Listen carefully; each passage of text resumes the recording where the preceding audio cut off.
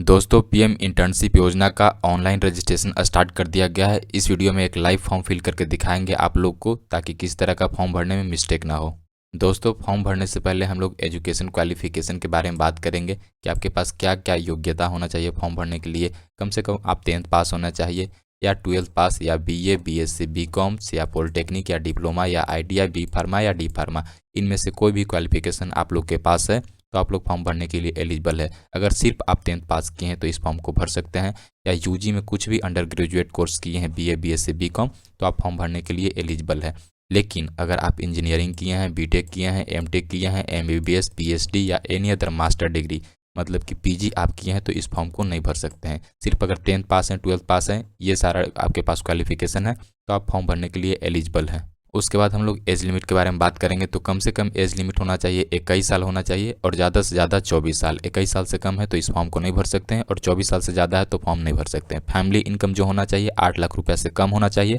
अगर इससे ज़्यादा है तो आप फॉर्म नहीं भर सकते हैं। अगर पीएम इंटर्नशिप स्कीम में आपका सिलेक्शन हो जाता है तो 12 मंथ मतलब कि 1 साल का इंटर्नशिप आपको करना होगा, जिसमें कि सबसे फर्स्ट टाइम आपको 6,000 रुपया दिया जाएगा। उसके बाद पर मंथ करके 1 साल तक 5-5 हज़ार रुपया करके आप लोग को दिया जाएगा।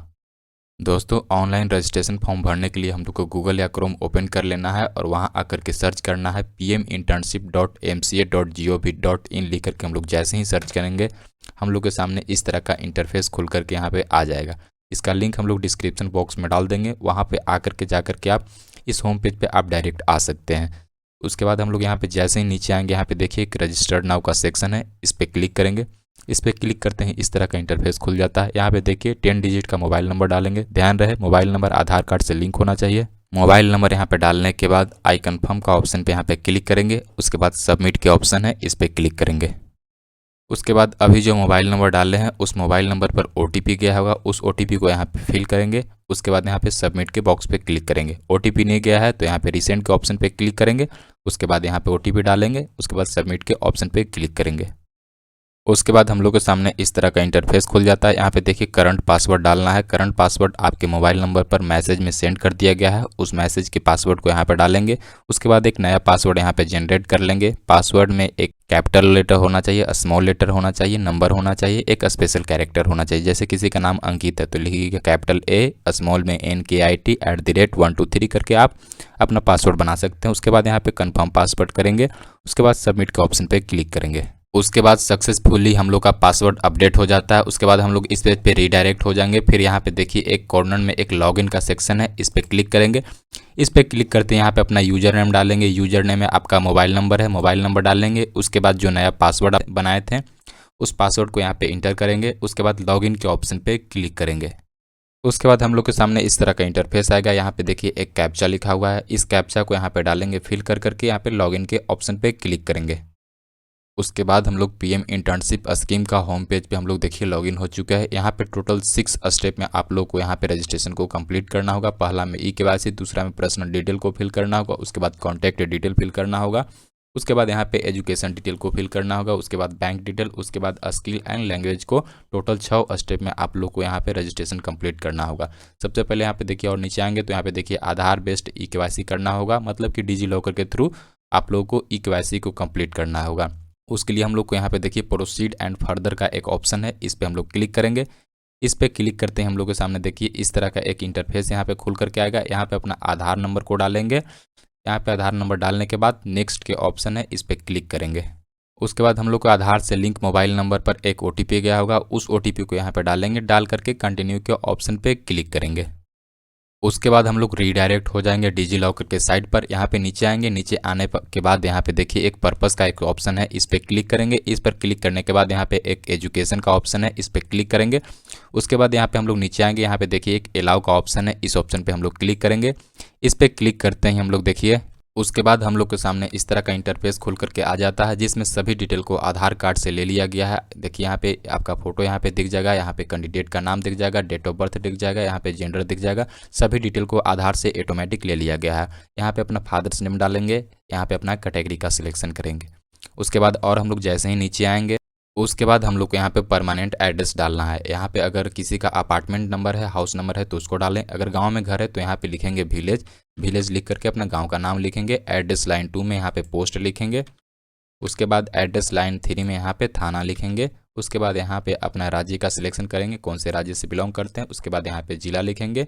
उसके बाद यहाँ पे ब्लॉक का नाम लिखेंगे। उसके बाद यहाँ पे विलेज का नाम लिखेंगे। यहाँ चाहे तो आप लिख सकते हैं, नहीं चाहे तो क्योंकि यहाँ पे स्टार मार्क्स नहीं है तो इसको छोड़ सकते हैं। उसके बाद यहाँ पे पिन कोड या जिप कोड लिखना है। पिन कोड जो आधार कार्ड के पीछे पिन कोड होता है उसको आपको पिन कोड को या पोस्ट कोड को आपको यहाँ पे लिखना है। उसके बाद अगर आपको परमानेंट एड्रेस और प्रेजेंट एड्रेस दोनों सेम है तो इस बॉक्स पे क्लिक करेंगे, दोनों एड्रेस ऑटोमेटिक फिल हो जाएगा। अगर दोनों अलग अलग है तो यहाँ पे प्रेजेंट एड्रेस को लिखेंगे।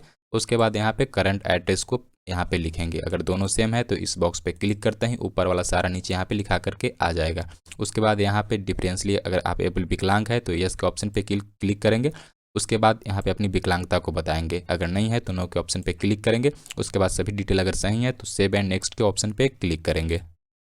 उसके बाद हम लोग को यहाँ पे इस तरह का इंटरफेस खुलता है जिसमें यहाँ पे कैंडिडेट का कॉन्टैक्ट डिटेल डालना होता है। यहाँ पे मोबाइल नंबर आप लोग को ऑटोमेटिक फिल रहेगा। उसके बाद यहाँ पे एक alternative mobile number, extra mobile number आप लोग को डालना है। उसके बाद यहाँ पे देखिए ईमेल आईडी को डालना है। ईमेल आईडी डाल करके यहाँ पे सेंड ओटीपी के ऑप्शन पे क्लिक करेंगे।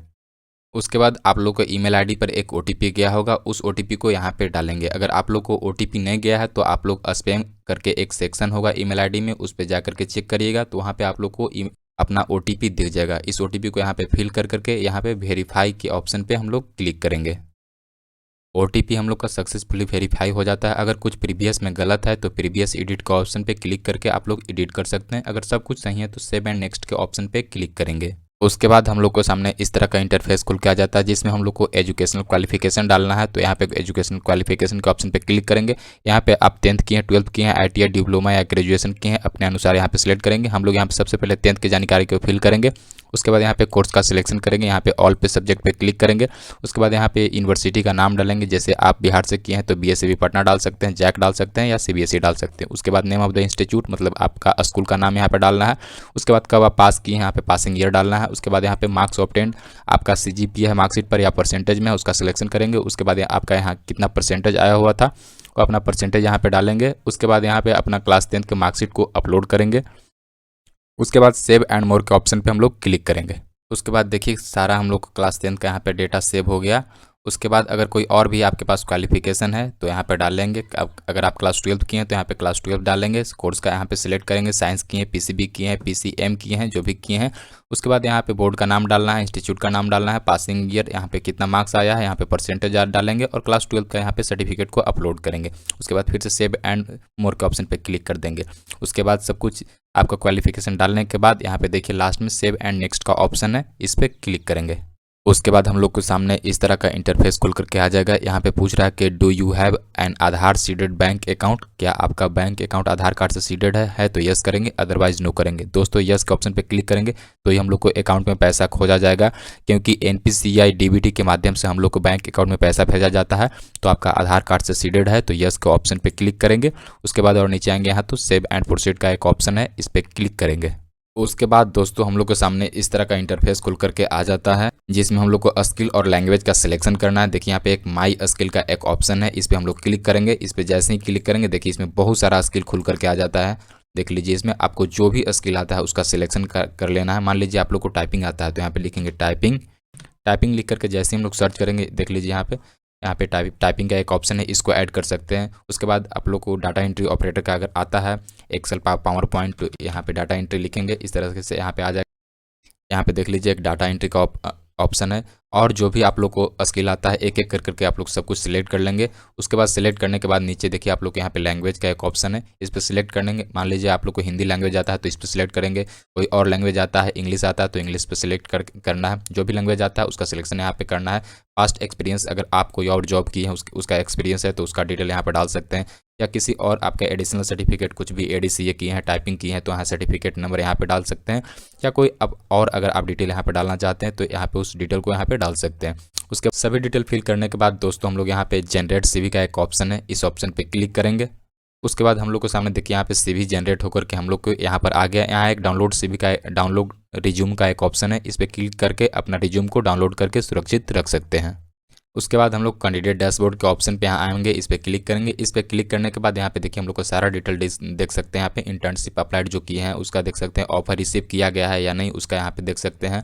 उसके बाद ऑफर एक्सेप्ट किया गया है कि नहीं उसका यहाँ पे डिटेल देख सकते हैं। वेटलिस्ट का यहाँ पे देख सकते हैं। अगर आप लोगों को किस तरह का दिक्कत आ रहा है तो यहाँ पे देखिए ग्रीवियंस का एक सेक्शन है, एक सेक्शन पे क्लिक करके आप कंप्लेन कर सकते हैं, क्रिएट ग्रीवियंस कर सकते हैं। यहाँ पे मेन कैटेगरी डाल सकते हैं, सब कैटेगरी जो आपको प्रॉब्लम है उसको यहाँ मेंशन कर सकते हैं। उसके बाद हम लोग यहाँ पे कैंडिडेट डैशबोर्ड के ऑप्शन पे आ गए। यहाँ पे आने के बाद इंटर्नशिप अप्लाइड का भी कोई ऑप्शन शो नहीं कर रहा है, कुछ ही दिन के बाद इसको यहाँ पे इसको ओपन कर दिया जाएगा। दोस्तों वीडियो अच्छा लगा हो सब्सक्राइब कीजिए। Thanks for watching.